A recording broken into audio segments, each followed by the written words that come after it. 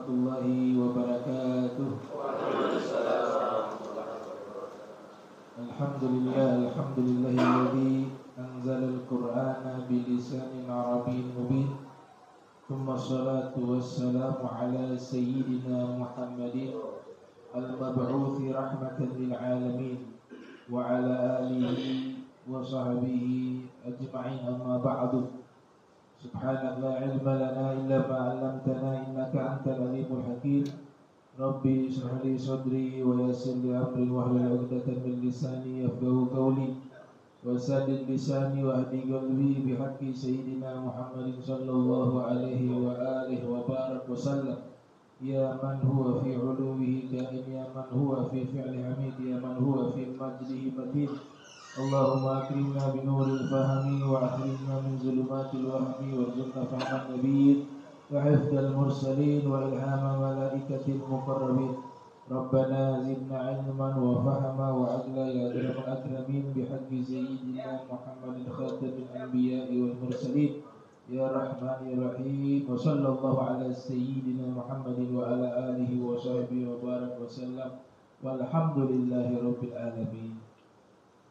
Saya muliakan Bapak Kurniawan, alhamdulillah kita ucapkan selamat datang juga di Ternate. Mudah-mudahan bisa memberikan manfaat bagi warga Ternate khususnya dan kepada seluruh warga Maluku Utara secara umum. Seluruh karyawan PBN yang saya muliakan, Mas Seto, Mas Ridwan, jamaah Majlis Ta'lim Darul Mawaddah, wabil khusus juga kepada Alwi Albar, Ustaz Irsyad, Ustaz Jamal, wa jami'il hadirin yang lewat via media sosial. Juga saya ucapkan Assalamualaikum warahmatullahi wabarakatuh. Kita masih melanjutkan terkait tafsiran surat Al-Baqarah. Kemarin sudah dibahas di mukaddimah kata raiba, la raiba fihi, yang artinya adalah ragu, syak, atau Az-Zamakhsyari menyebutkan artinya kholak nafs wattirabuha, kegoncangan jiwa. Itu disebut dengan raib. Jiwa tergoncang dan juga ragu dan tidak ada ketenangan. Kita simpulkan arti daripada la raiba fihi di situ, yaitu yang pertama ragu, yang kedua tidak ada ketenangan, yang ketiga goncangan jiwa. Itu kesimpulan keseluruhan dari arti raib ya, di mukaddimah surat Al-Baqarah. Dzalikal kitabu la raiba fihi. Kemudian al-musannif yang menulis kitab ini yaitu Profesor Dr. Syekh Ali As-Sobuni melanjutkan penafsiran dengan kalimat lil muttaqin. Ini beliau sedang menjelaskan disebut at-tahlili al-lafzi. Satu metodologi menguraikan per lafaz. Itu metodologi penafsiran Al-Quran juga. Jadi dijelaskan per lafaz dulu satu persatu. Kemarin sudah dijelaskan kata raib, sekarang kata al-muttaqin, atau kita terjemahkan orang-orang yang bertakwa. Aslu at-taqwa makhuzun min ittiqa'i makruhi. Asal kata dari takwa itu diambil dari kata melindungi diri dari hal yang tidak menyenangkan. Itu namanya takwa. Jadi arti aslinya takwa itu ittiqa'u makruh, menjaga diri kita dari hal yang tidak baik, makruh, hal yang tidak enak, bima taj'aluhu hajizan, yang dia menjadi semacam pelindung atau tameng di antaramu dan di antara hal tersebut. Jadi diibaratkan takwa itu diambil juga dari kata yang sama dengan wiqayah. Wiqayah itu semacam perisai pelindung. Nah, takwa itu diambil dari kata pelindung, melindungi diri kita. Fal muttaqi huwa alladhi yafi nafsahu bima yadurruha. Maka orang yang bertakwa itu dia sedang menjaga dirinya dari hal-hal yang membahayakan dirinya. Wa huwa alladhi yattaqi 'adzaballah bi ta'atihi, yaitu dia menjaga dirinya dari azabnya Allah. Jadi berarti makna kiasan majas. Ya, kita yang takwa itu taat kepada Allah. Pada waktu itu kita sedang melindungi diri kita dari murkanya Allah. Maka dinamakan dengan taat. Di hadis Rasul katakan, ini hadis istimewa karena salah satu perawinya itu Abu Nu'as, atau biasa kita kenal dengan nama Abu Nawas. Ternyata riwayat hadis tentang takwa itu salah satu rawinya lewat khalifah juga, dari khalifah Daulah Abbasiyah. Salah satu rawinya itu tertulis namanya Abu Nawas. Di mana hadis tersebut Nabi katakan, ittaqullaha walau bisyikki tamr. Takutlah kepada Allah Subhanahu wa taala walaupun sedekah sepotong kurma. Nah, rawinya di sini itu ditulis, salah satu rawinya adalah Abu Nawas. Nabi katakan, takutlah kepada Allah walaupun sedekah sepotong kurma. Fa in lam yajid fa bi kalimatin. Kalau tidak mampu sedekah sepotong kurma, maka sedekah dengan apa? Kalimat yang baik. Kalimat yang baik. Lafaz tersebut menyebut apa? Takwa. Ittaqullah walau bisyikki tamr. Artinya lindungilah diri kalian dengan cara bersedekah walaupun sepotong kurma. Jadi arti aslinya takwa itu melindungi diri. Di dalam Al-Quran juga disebutkan, qu anfusakum wa ahlikum nar. Jagalah diri kalian dan keluarga kalian dari api. Itu juga satu akar kata yang sejalan dengan kata takwa. Jadi maknanya adalah wiqayah, penjagaan, perlindungan. Itu dia sebagai hajizun bainaka wa bainahu. Kemudian disebutkan di sini, orang yang bertakwa itu dia menjaga dirinya dari azabnya Allah bi ta'atih.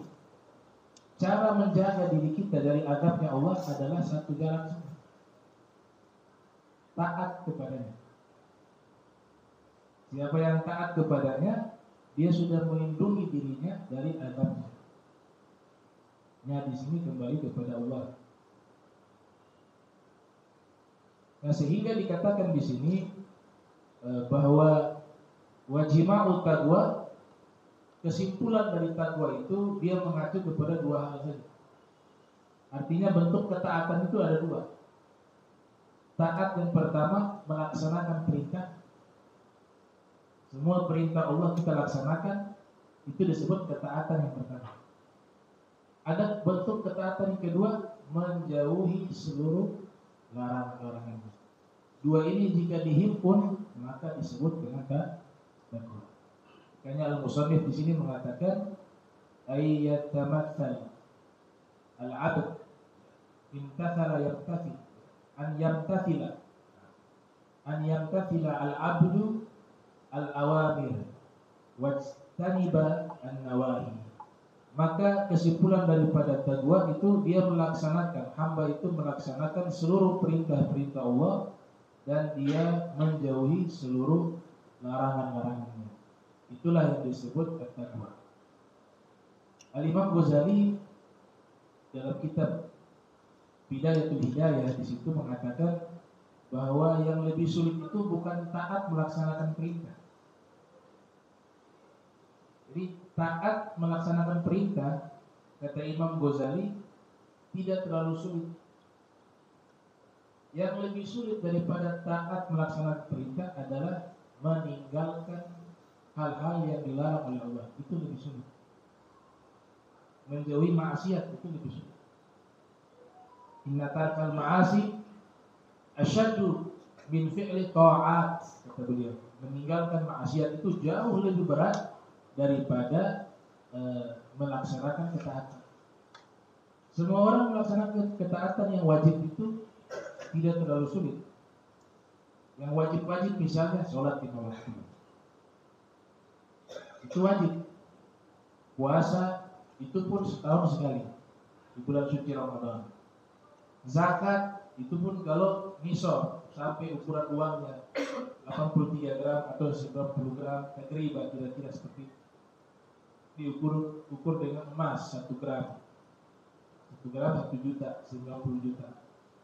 Atau 93 gram, 93 juta. 93 atau 83 gram, 83 juta. Ini masih dikira-kirakan karena ukuran gram di zaman itu belum ada. Di zaman Nabi belum ada ukuran gram. Nah, mereka para fuqaha berijtihad kira-kira seperti itulah nisab zakat. Artinya uang yang tersimpan yang kita miliki sudah dikeluarkan kebutuhan pokok kita, kemudian sudah membayar hutang dan bukan piutang yang tidak jelas kapan dia kembali. Ini uang tidak dihitung zakat. Kebutuhan pokok juga sudah dikeluarkan.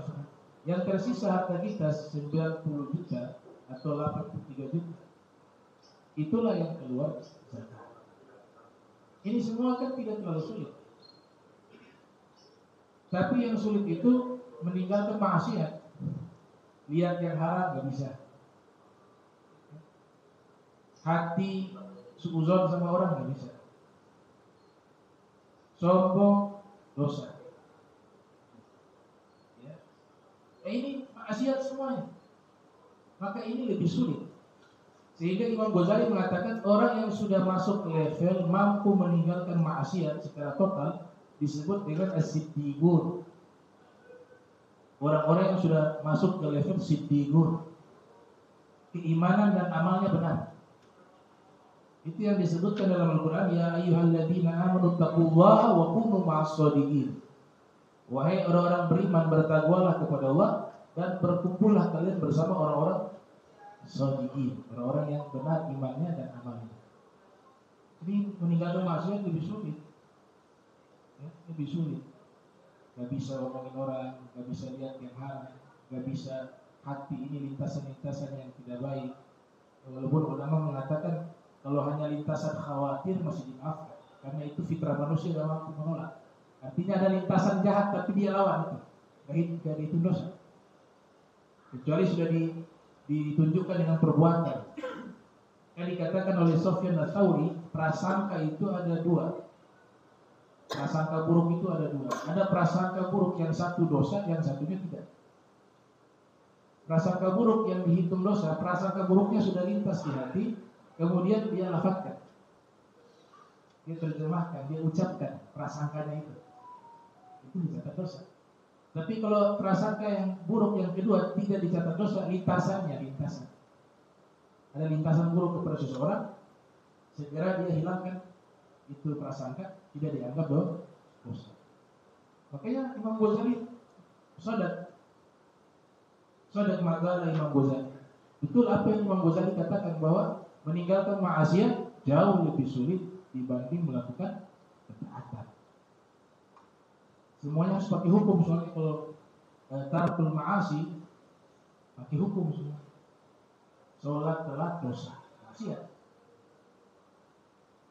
Ya. Jual barang timbangannya kurang sedikit, mau sengaja atau tidak sengaja, maaf bu, tapi teledor kalau terus menerus. Tidak sengaja itu sekali, kalau 5 kali 10 kali, ya tidak sengajanya dosa. Masuk kenapa dosa? Teledor. Oh dagang nih, rugikan orang, harusnya teliti itu timbangan. Sekali aja dimaafkan. Selebihnya 10 kali, 15 kali sudah masuk bukan tidak sengaja. Masuknya kepada apa? Teledor. Teledor itu dosa.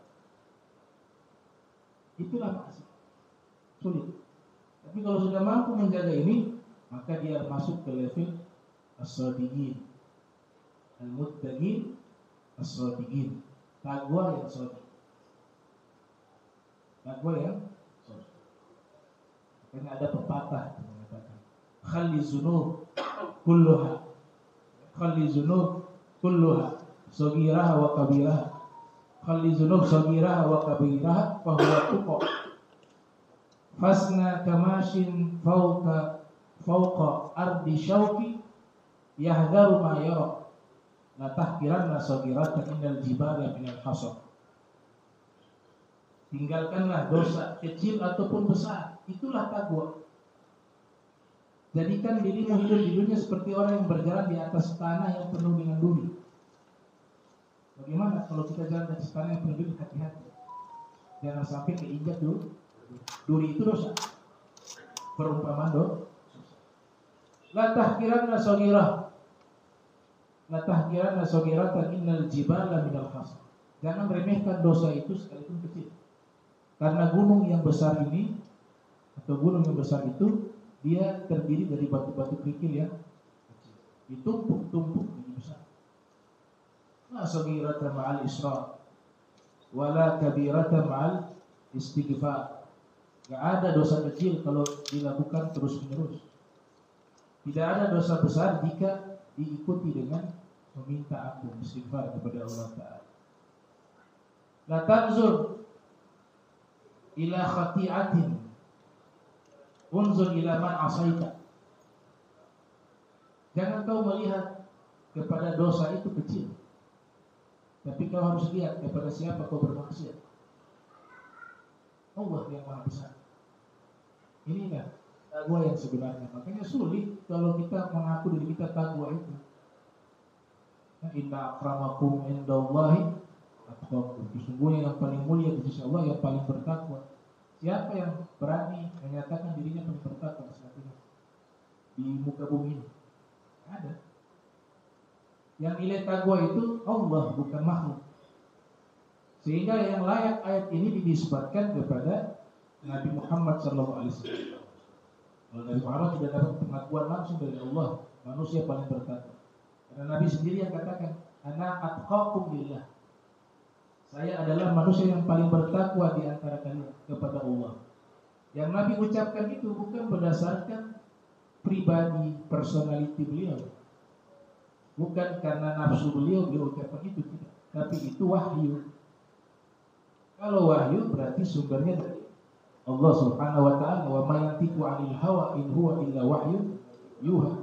Laqad kana lakum fi Rasulillahi iswatun hasanah. Fi riwayah uswatun hasanah. Wa ma atakum rasulu fakhuzuhu wa ma nahakum anhu fantahu. Wahyu seluruhnya.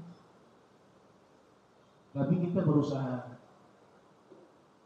jadi orang soleh, sudah alhamdulillah baik. Naik lagi level kedua muslim. Dia baik, berusaha menjadi orang baik dan mengajak orang lain jadi baik. Muslim. Nanti sudah level tertinggi muslah. Allah yang ajak dia selalu dalam kebaikan. Allah yang bimbing dia selalu dalam kebaikan. Itu takwa. Jadi takwa itu tinggi levelnya. Makanya jangan sok-sok jadi orang bertakwa deh. Atau merasa diri jadi orang bertakwa ya. Imam Haddad mengatakan 1 juta umurmu, 1 juta nafasmu, 1 juta nyawamu, kau hidup 1 juta tahun, 1 juta nafas, seluruhnya kau curahkan dalam ibadah kepada Allah, itu belum bisa mencapai puncak ketakwaan kepada Allah. Sehingga jadi tawadhu, jadi orang rendah hati, tidak merasa suci, tidak merasa bersih, tidak merasa hebat, tidak merasa jagoan sendiri, jadi merendah terus. Karena puncak takwa tidak akan mungkin dicapai. Kita takwanya hanya semampu kita. Fattaqullaha mastata'tum. Bertakwalah kepada Allah semampu kalian. Itu firman. Jadi sehebat apapun kalian punya ibadah, itu semampu kalian. Standarnya ukuran kalian, bukan ukuran Allah. Sedangkan haqqa tuqatih itu wala tamutunna illa wa antum muslimun. Ittaqullaha haqqa tuqatih wala tamutunna illa wa antum muslimun. Puncak ketakwaan itu, standar ukurannya itu penilaian Allah. Kalau pengenalan Allah itu tinggi. Di antara yang sudah mencapai puncak takwa adalah Nabi Muhammad sallallahu alaihi wasallam. Ini makna lil muttaqin. Kemudian bil ghaib. Dilanjutkan dengan bil ghaib. Maghaba 'anil hawas. Segala sesuatu yang tidak bisa dijangkau oleh indera perasa, indera melihat, mata, telinga, itu tidak bisa dijangkau oleh itu disebut dengan ghaib. Kalau bahasa para ilmuwan namanya metafisika, ya kan? Para filosof menyebut ma wara'at tabi'ah. Ya, Ibnu Rusdi dalam kitab filsafat beliau itu mengatakan namanya metafisik itu adalah ma wara'at tabi'ah. Segala sesuatu yang di belakang tabiat, di belakang fitrah, itu namanya metafisik. Tapi kita harus yakini sesuatu yang tidak terlihat oleh indera bukan berarti tidak ada.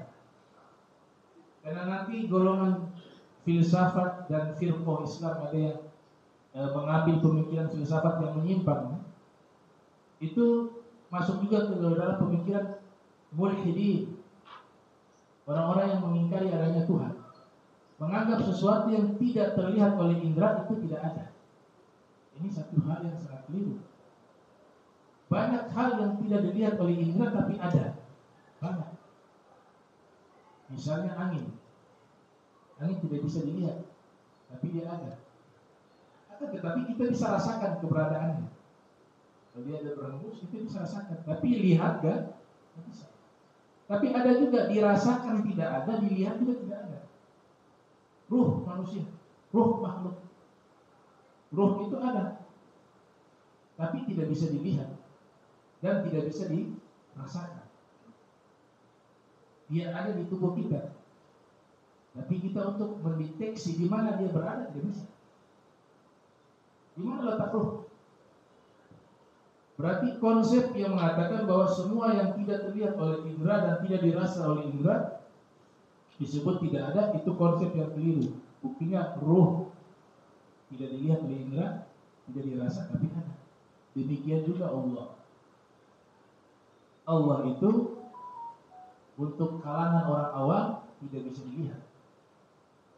Dan memang secara nas semua manusia ataupun juga jin ataupun malaikat, mereka selama masih hidup di alam dunia ini atau di alam di langit, alam malakut, semua itu belum pernah melihat Allah. Informasi di dalam nas Al-Quran wal hadis Rasul ketika sudah di alam akhirat, baru kemudian Allah izinkan dirinya kepada makhluknya untuk bisa dilihat. Tapi Allah untuk kalangan-kalangan para asfiya, Allah Ta'ala memang tidak bisa dilihat oleh mata, tapi bisa dirasa. Maknanya dirasa apa? Keberadaannya itu ada. Perasaan ada akan wujudnya Allah disebut oleh mutakhallimun wajibul wujud. Disebut dengan wajibul wujud. Wujudnya Allah itu wajib. Kenapa wajib wujudnya Allah? Karena adanya kita. Kita ini makhluk, tidak mungkin terjadi dengan sendiri, melainkan ada yang menciptakan.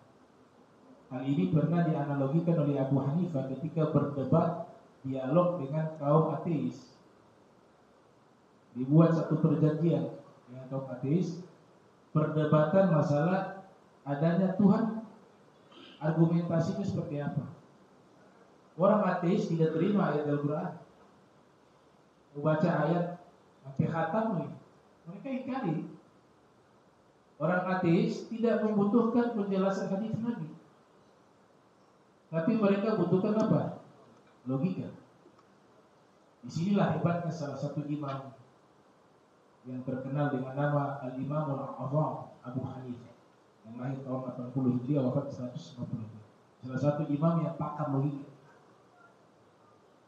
Makanya mazhab beliau berdiri di antara banyak sekali hukum-hukum yang bersandar kepada logika tanpa meninggalkan nas.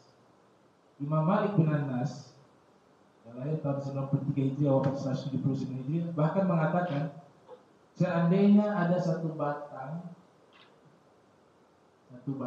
yang terbuat dari kayu, Abu Hanifah mengatakan dari emas, padahal realitanya itu kan kayu. Kalau kalian berdebat dengan Abu Hanifah terkait masalah batang itu emas apakah kayu, pasti ujung-ujungnya kalian akan mengakui ya itu emas. Abu Hanifah yang benar, padahal realitanya itu kan.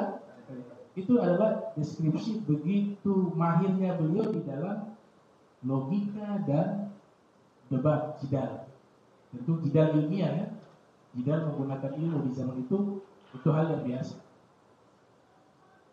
Akhirnya Abu Hanifah menyepakati, baik saya akan datang jam sekian, besok saya datang, ditentukan jamnya.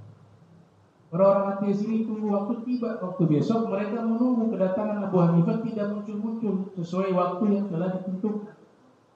Gimana seorang imam mengingkari janjinya jam sekian belum datang? Abu Hanifah riwayat datang sudah dekat malam, sedangkan janjinya itu riwayat di waktu pagi. Mereka tunggu sampai malam. Tiba-tiba Abu Hanifah muncul. Marah nih kaum ateis. Kenapa kau sudah janji dari pagi kami tunggu tidak datang, ini datang sudah telat. Kamu kan ulama, katanya di dalam Islam itu gak boleh ingkar janji, harus tepat janji, tepat waktu. Ini sampai sudah dekat malam ini, maghrib baru datang. Apa kata Abu Hanifah? Ternyata di sini beliau sedang mengajak kaum ateis berpikir, berlogika. Kata Abu Hanifah, sebenarnya saya dari subuh sudah jalan. Dari subuh itu, habis sholat subuh saya sudah jalan. Untuk sampai ke lokasi ini harus menyeberangi sungai. Nah, karena saya ingin menyeberangi sungai, saya mau tunggu ada satu pohon di hadapan saya itu. Saya mau tunggu ada angin yang tiup, kemudian pohon itu terlepas, jatuh. Kemudian saya mau menunggu ada sambaran petir untuk menyambar pohon itu, sehingga pohon itu nanti berubah menjadi perahu. Dan saya menunggu juga ada angin yang tiup, sehingga perahu itu jatuh di sungai. Baru saya seberangi lewat perahu tersebut. Ternyata saya tunggu sampai malam ini gak jadi-jadi. Ada angin yang tiup, pohon. Kata orang ateis, oh, kamu sudah gila. Kamu gila, Majnun. Mana mungkin itu perahu bisa tercipta sendiri seperti itu? Harus ada yang buat. Itu sampai mati juga gak akan ada tuh. Gak akan terjadi tuh pohon itu secara sendiri jadi perahu. Jadi sendiri perahu gak mungkin. Kata Abu Hanifah, yang lebih gila siapa? Saya atau kalian? Kalian mengatakan saya gila karena saya berkeyakinan, beranggapan bahwa perahu itu bisa tercipta dengan sendiri. Kalian mengatakan saya gila. Sekarang kalian mengingkari alam semesta dengan isinya, dia tercipta dengan sendiri, lebih gila kalian. Ngerti? Kalau perahu saja yang sepele, yang kecil, kalian mengatakan tidak mungkin tercipta dengan sendirinya. Lantas bagaimana alam semesta yang maha besar seperti ini, maha dahsyat seperti ini, dengan penghuni-penghuninya, ada manusia, ada hewan, ada jin, ada malaikat, tata surya yang ada matahari, ada bintang-bintang, ada planet beredar pada porosnya, terus dia sendiri seperti itu lebih gila kalian. Dan saya yang gila. Akhirnya semuanya syahadat di depan Allah. Nah, ini luar biasa. Jadi peran logika itu sangat penting di dalam beragama. Walaupun tidak boleh kita jadikan sebagai referensi utama. Kalau itu yang kita gunakan menjadi menyimpang. Ya, akal itu sebagai pendukung sekunder saja, bukan primer. Yang primer itu adalah wahyu. Tapi perintah Al-Quran, jangan kita meninggalkan logika. akal tetap dipakai. Contoh sederhana, dulu ada salah satu tokoh tabi'in cerdas namanya Al-Muzani, Iyas Al-Muzani, namanya Iyas. Di riwayat ada yang mengatakan ini kisah Al-Imam Al-Muzani. Itu mengatakan kepada ada orang bertanya, di agama kalian mengabarkan bahwa syaitan dan iblis itu masuk neraka, dibakar, siksaannya dengan api. Nah ini logika yang seperti apa nih? Masa api dibakar dengan api? Ini kan tercipta dari api juga iblis, syaitan. Kok diazab dengan api? Jadi dia berlogika seakan-akan ya api dengan api tidak akan merasakan sakit. Gitu.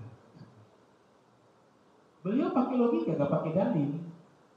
Karena beliau hadapi orang-orang yang memang tidak percaya terhadap dalil, bukan orang beriman. Itu waktu itu orang Yahudi yang bertanya. Beliau bilang kalau gitu mau saya jawab, dia kata orang Yahudi. Tiba-tiba ditampar sekeras-keras. Apa? Aduh sakit. Kata Imam Al-Muzani, sakit. Sakit, kenapa saya ditampar? Tanah dengan tanah, kan merasa sakit juga. Kamu berasal dari tanah, saya juga dari tanah. Kita semua dari Adam, Adam dari tanah. Ternyata sakit juga kan? Sakit begitu juga iblis.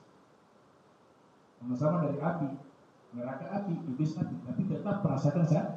Sebagaimana kita berdua, saya tampar kamu, kamu mesti merasakan sakit. Bahwa kita asalnya sama dari tanah.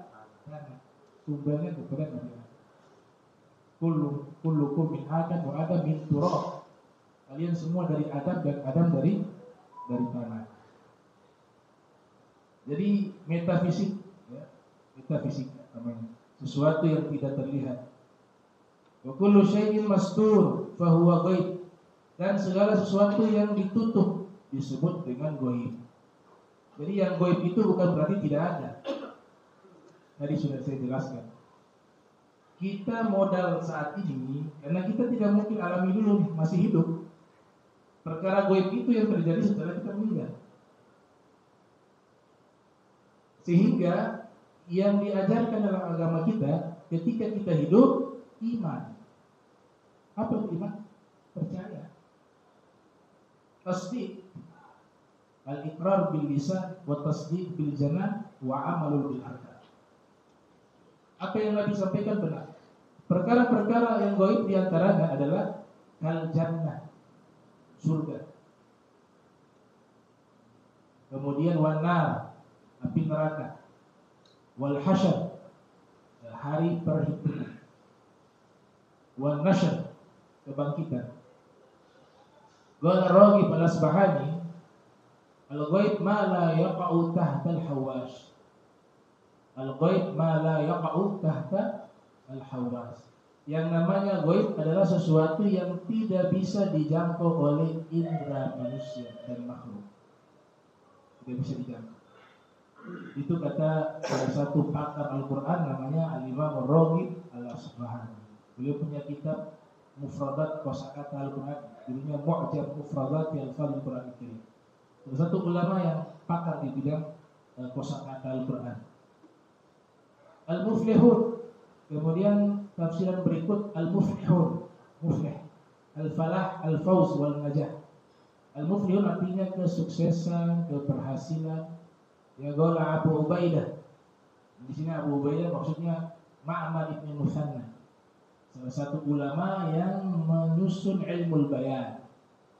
Ma'mar ibn Muthanna, namanya Abu Ubaidah Ma'mar ibn al-Muthanna. Beliau juga menulis kitab Majazul Quran, majas-majas di dalam Al-Quran. Beliau katakan kullu man asaba syai'an minal khair fahuwa muflih. Setiap orang yang tertimpa sesuatu dari kebaikan, mereka itulah disebut dengan muflih. Wa qala al-Baydawi al-muflih al-faiz bil madlub. Nah, ini Imam Baydawi melanjutkan al-muflih. Nanti kita bahas penjelasannya di pertemuan berikut. Karena ada sesi tanya jawab, silakan ke Mas Eko. Fadhal. Dari alhamdulillah sudah ada 9 pertanyaan yang sudah ditentukan oleh jamaah. Bismillah, dimulai satu persatu. Assalamualaikum warahmatullahi wabarakatuh. Pertanyaan pertama, membaca surat Al-Fatihah itu harus merasakan seperti kita berdialog dengan Allah.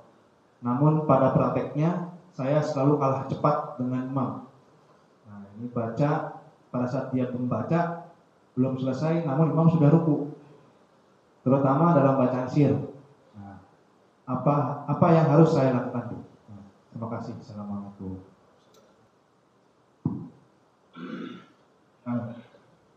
Jadi konsep yang paling benar membaca Fatihah, konsepnya dialog, al-mukhatab atau al-hiwar, muhawar. Karena Fatihah itu adalah rekaman dialog antara Nabi Muhammad dengan Allah. Kata gantinya di situ di Fatihah kan jelas pakai huruf kaf. Kaf itu kan kamu.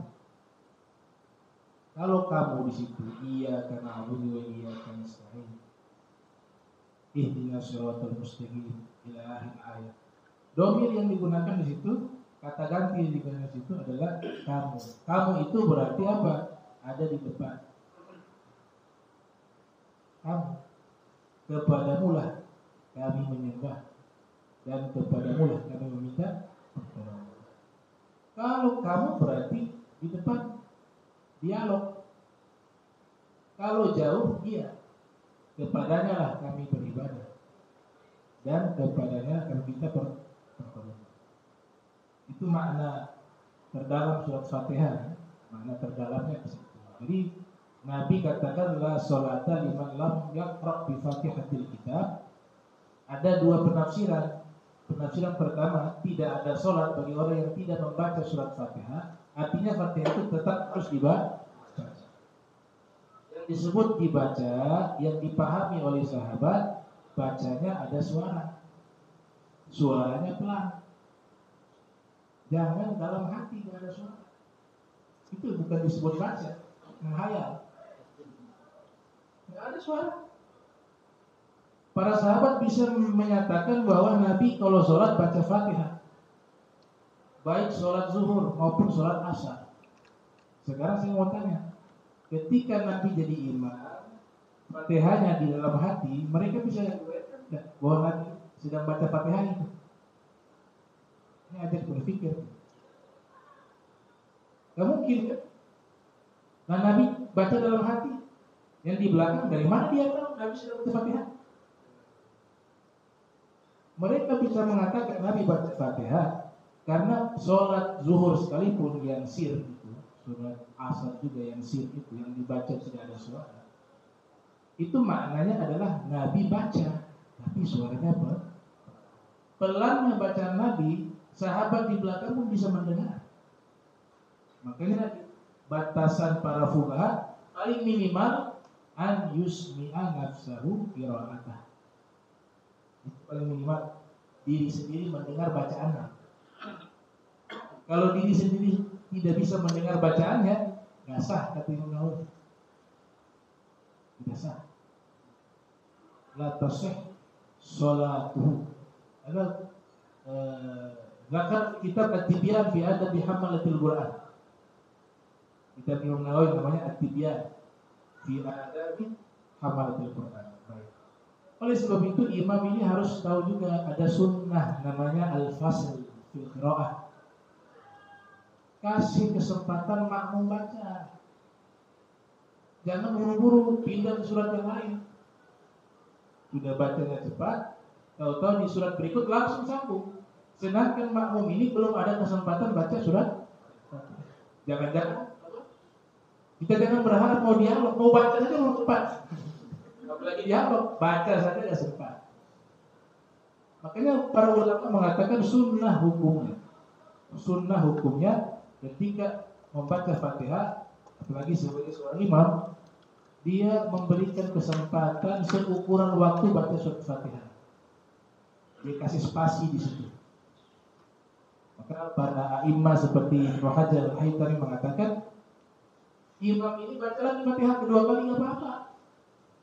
Tapi yang kedua baca sir saja untuk menyesuaikan waktu bacaan dia dengan makmum. Tapi kalau langsung loncat, gimana mau dialog? Mau baca saja tidak sempat. Tapi kalaupun memang terjadi demikian, ya sudah dianggap sah ma'adzur. Paling minimalnya sekali, mazhab lain makmum tidak wajib baca Fatihah. Kalau memang sudah usaha baca Fatihah, atau imam sudah terlalu cepat, ikut saja lanjut sini. Intiqal ila mazhab akhar. Kita berbeda ke mazhab yang lain, yang dimana imam sudah mencukupi, sudah menjamin bacaan surat Al-Fatihah. Itu kalau mazhab Syafi'i memang tidak boleh. Mazhab Syafi'i harus dibaca. Ya. Tapi mazhab Hanafi mengatakan imam sudah baca Fatihah, sudah mengganti Fatihahnya mah. Ini saya bicaranya ketika sudah darurat sekali. Memang terlanjur imamnya baca terlalu cepat, kasihan. Apalagi orang yang baru belajar baca Al-Quran, ya, masih ikro'anan. Terus baru dia bacanya lambat, kasihan dia. Ya sudah, ikut saja. Ma'adzur untuk dia. Pindah mazhab yang lain, imam sudah tahu Fatihah sah. Itu mungkin sekedar saran ya. Jadi biasakan sekarang baca yang menjadi imam kasih spasi kepada makmum untuk bisa menikmati dialog di surat Fatihah. Al-hiwar wal muhabbah. Warahmatullahi wabarakatuh. Izin bertanya, ini pada pelafalan surat Al-Fatihah pada ayat surat alladzina an'amta 'alaihim ghairil maghdubi alaihim waladdallin. Kebanyakan para imam memisahkan antara kata an'amta 'alaihim dengan ghair. Jadi menjeda begitu, tidak disambung. Namun di beberapa imam yang lain kata tersebut dilanjut tanpa berhenti. Nah, itu bagaimana seharusnya apakah keduanya dibolehkan? Tersebut nanti bisa dilihat ya. Bisa dilihat kalau ada huruf lam kecil. Kita punya Al-Quran zaman sekarang alhamdulillah sudah dipermudah oleh ulama-ulama. Kalau yang isyarah, rumuzul wukuf namanya. Rumuzul wukuf, simbol-simbol wakaf. Itu ulama mutakhirin dari Mesir. Beliau sudah buat ilmu atau satu rumus-rumus, simbol-simbol, huruf-huruf kecil di dalam Al-Quran. Yang dimana di situ ada huruf qaf kecil. Itu artinya apa? Al-waqfu aula. Kita berhenti lebih baik dibanding bacanya nyambung. Qaf kecil. Sini apa tertulis tidak ya? Bentar ya. Ada Al-Quran?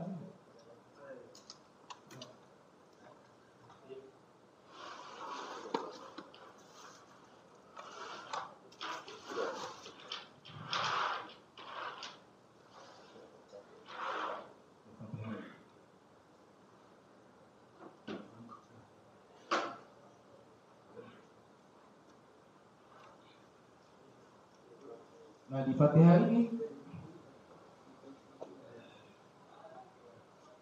tadi di mana tadi pertanyaan? Suratul ladzina an'amta 'alaihim ghairil maghdubi 'alaihim waladdallin. Ya, itu ada dalam tuh alaihimnya. An'amta 'alaihim. Dalam itu artinya adamul waqfi. Jangan berhenti di situ. Tapi saya harus beri pengertian begini. Itu maknanya jangan berhenti di situ di saat berhenti membaca Al-Quran. Misalnya saya baca Fatihah, tahu-tahu sampai alladzina an'amta 'alaihim sadaqallahul azim. Itu yang dilarang.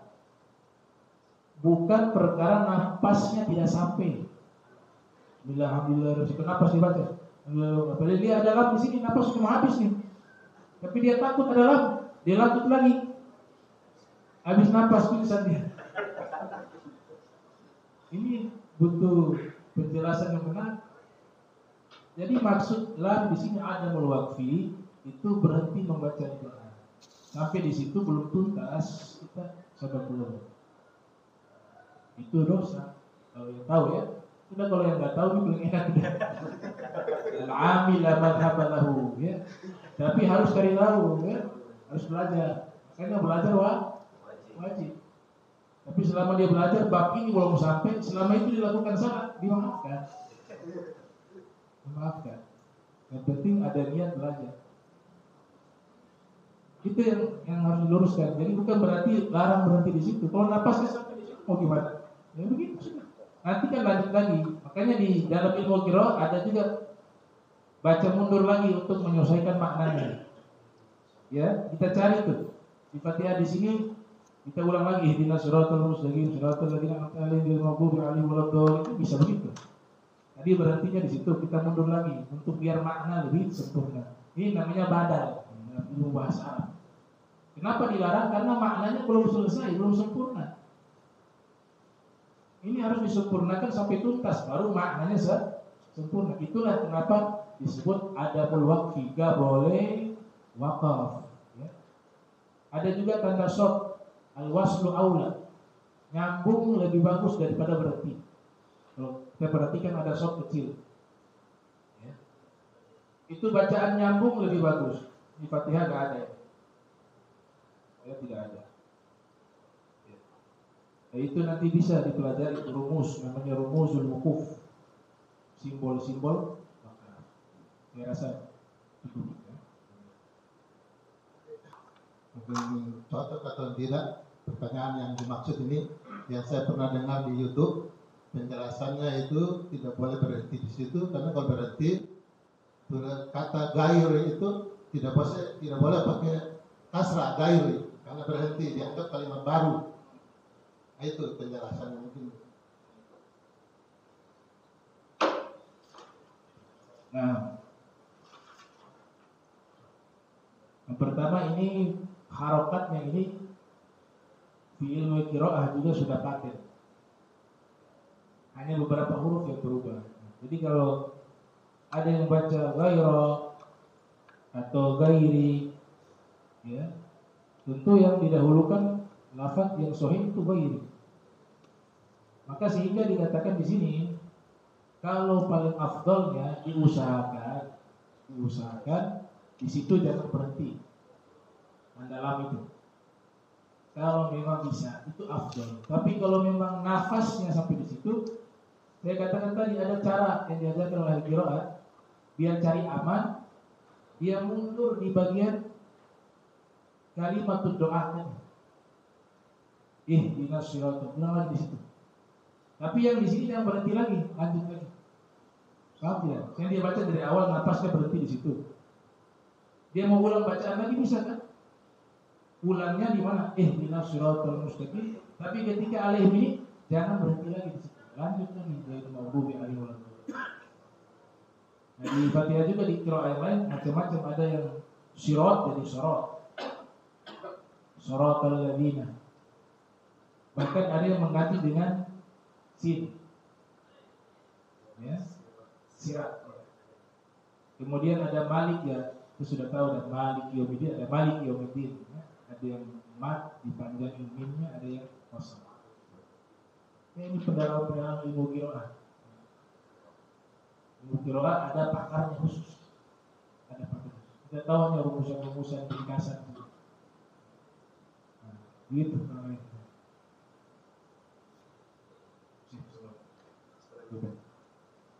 Bismillahirrahmanirrahim. Apa benar Nabi Yusuf pernah diperjualbelikan di pasar sebagai budak yang disebutkan di beberapa kitab? Bukannya sifat wajib Nabi adalah mereka merdeka, tidak menjadi budak. Terima kasih.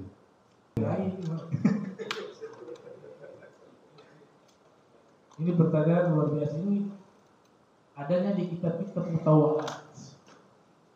Kitab-kitab yang puluhan jilid, 80 jilid, 90 jilid, 30 jilid, mutawalat, kitab-kitab luas. Jadi Kalau umumnya para ahli tafsir yang menggunakan metode riwayat, metode tafsir Al-Quran kan banyak tuh. Ada namanya at-tafsir bil riwayah, at-tafsir bil dirayah, ada at-tafsir bil isyari, ada tafsir ilmi, macam-macam.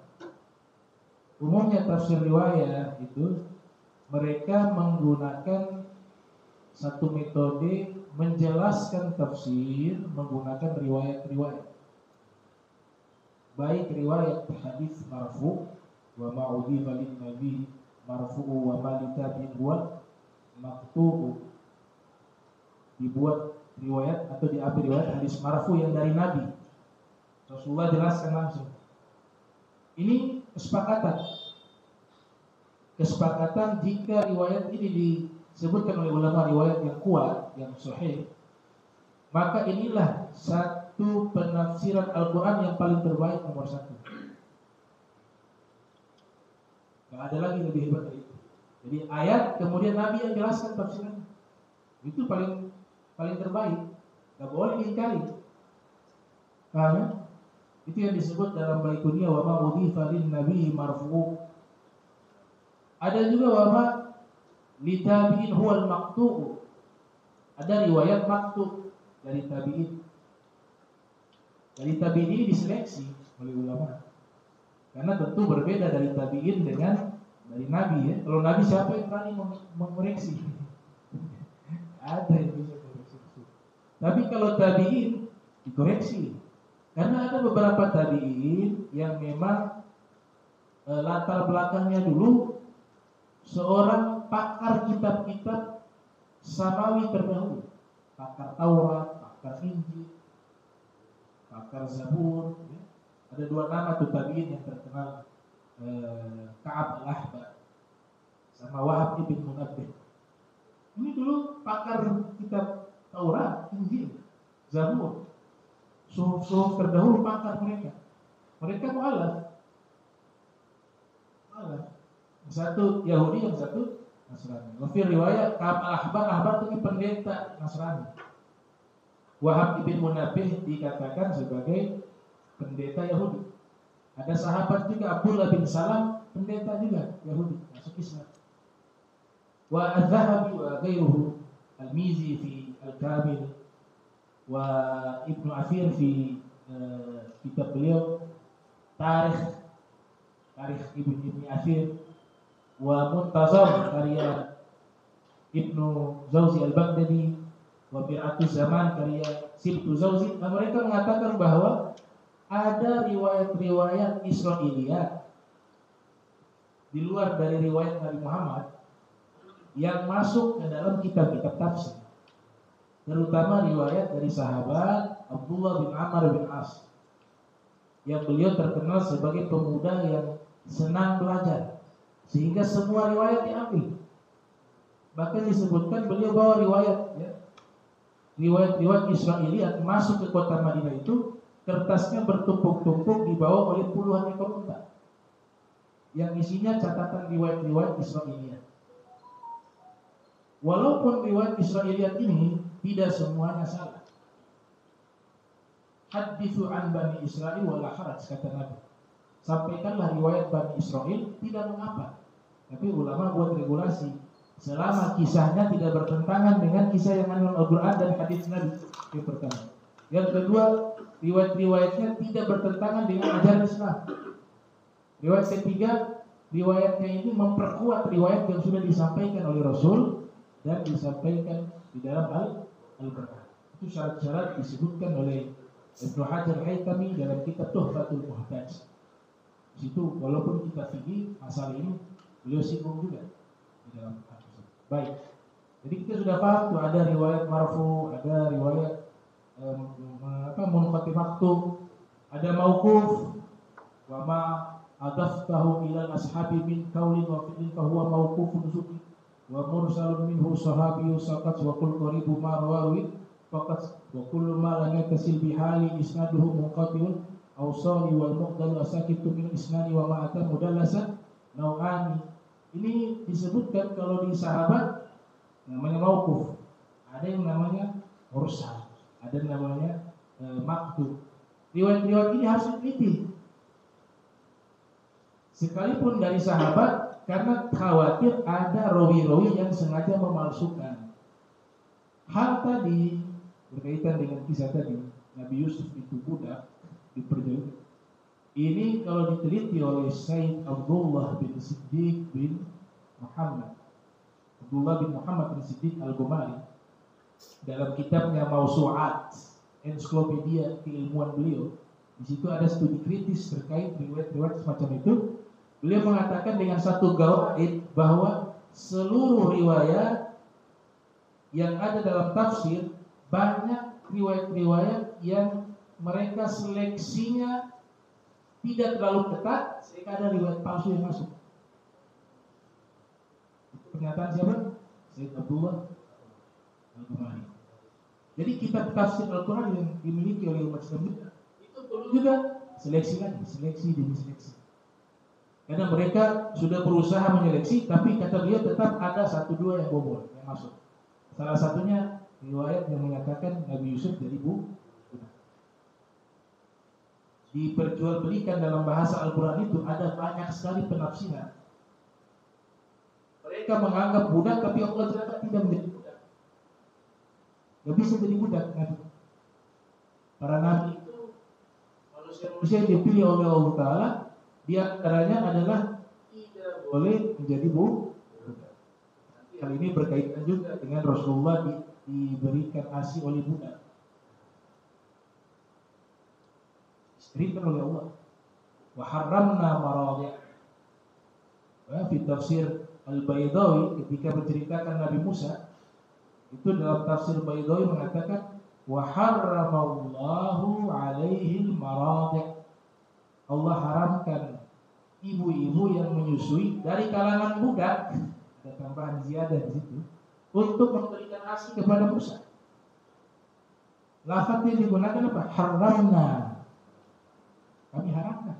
Kenapa? Mereka Nabi gak boleh minum dari sesuatu yang tidak baik.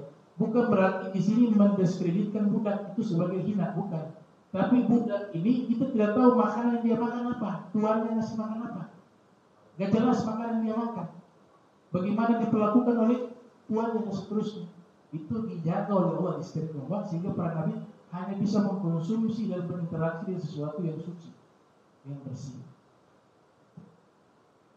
Tapi kalau kita di kitab-kitab yang lain memang ada pernyataan itu. Cuma ini kalau pendalamannya yang lebih dalam, ada studi kritis. Ada studi. Apa kalau baca kitab Sirah Nabawiyah banyak menyusui. Rasulullah diberikan susu oleh Ummu Aiman, iya kan? Itu secara tarikh sirah ada. Tapi perkembangan ilmu data-data yang begitu banyak, kedalaman ilmu ulama, ada sekelompok ulama yang mereka melakukan studi kritis, meluruskan lagi mana yang kira-kira menurut mereka tidak baik, tidak benar, tidak valid, itu diperbaiki. Saya dengan heran, ya, kalau saya katakan coba cek ucapan ulama ini, jangan-jangan bukan ulama ini. Itu kan terjadi banyak tadlis dalam ilmu hadis, pemalsuan. Masa ulama kok bisa dibohongi? Ini nabi kita saja bisa dibohongi, hadis palsu itu atas nama nabi. Apalagi kelasnya ulama, kelasnya Rasul Muhammad SAW. Banyak tokoh-tokoh yang memalsukan, mengatakan itu sabda Nabi, ternyata bukan. Kalau Nabi saja mereka berani, apalagi kita. Gitu. Makanya ulama membuat kitab khusus maudhu'at, kumpulan hadis-hadis palsu. Itu kalau dibaca hadis palsu itu lucu dan sangat aneh. Dan tidak mungkin hasya wa kala ada min qaulin Nabi. Nggak mungkin ini sampai dengan Nabi. Misalnya, ya saya terjemahkan hadis palsu ya. Siapa man akala ar-rus arba'ina yawman kharajat min qalbihi bi nabil hikmah. Siapa yang makan nasi 40 hari berturut-turut, dalam hatinya keluar hikmah. Saya katakan kita ini bukan 40 hari makan nasi. Dari kecil sampai hari ini ada hikmah keluar. Ternyata yang palsu itu penjual beras. Biar laku. Begitu juga fofoki, terong itu dikatakan bazinzan sifar min kulit. Ya, fofoki itu obat dari segala penyakit. Ternyata diteliti, pedagang fofoki kasih palsu. Karena saingan dengan pedagang jinten hitam. Jinten hitam itu saingan dagangnya di sebelah tokonya itu laku. Karena juga ada riwayat hadis yang mengatakan jinten hitam itu obat habatus sauda syifa'un min kulli da'in illa haram. Ya. Jinten hitam obat dari segala penyakit. Laku dia, akhirnya dia buat juga hadis palsu. Kalau gitu jinten hitam saya ganti dengan fofoki. Mereka juga fofoki. Al-bazinzan syifa'un min kulli da'in. Ada juga hadis palsu. Masa hadis palsunya mengatakan bahwa akan muncul sayati rajulun min hadhil ummah ismuhu Muhammad bin Idris wa rajulun yaji'u bil fitnah fi hadhil ummah. Akan muncul seorang laki-laki. Qala Nabi sallallahu alaihi wasallam begitu katanya. Akan muncul seorang laki-laki di akhir zaman namanya Muhammad bin Idris, Imam Syafi'i. Dia nanti membawa fitnah untuk umat ini. Mana mungkin Rasul menyatakan hadis seperti itu? Ternyata diteliti, musuhnya Imam Syafi'i, yang Imam Syafi'i membawa mazhab yang luar biasa. Banyak orang ikut, ada mazhab tertentu iri hati. Dibuatlah riwayat-riwayat palsu.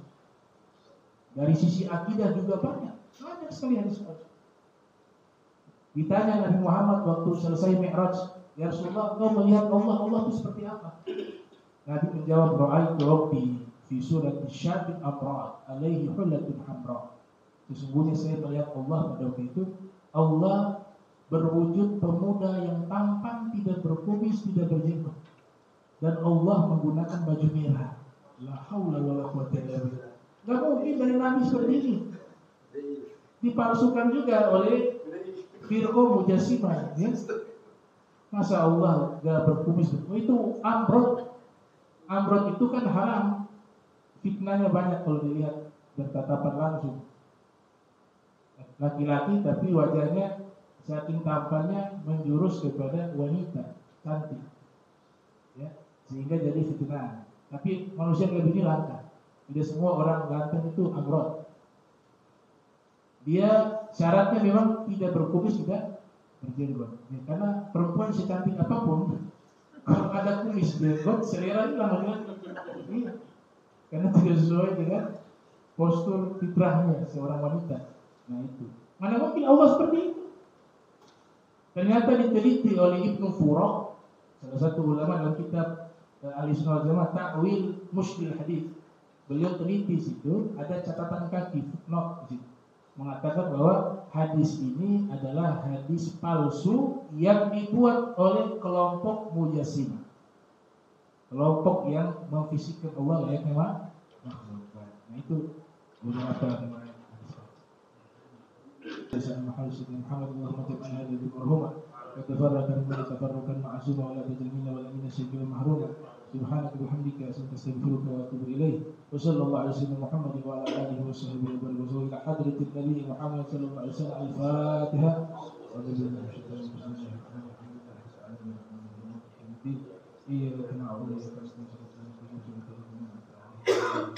Subhanakallahumma wa bihamdika wa ahda wa alhamdulillahi rabbil alamin wa la minkum. Wassalamu alaikum warahmatullahi wabarakatuh.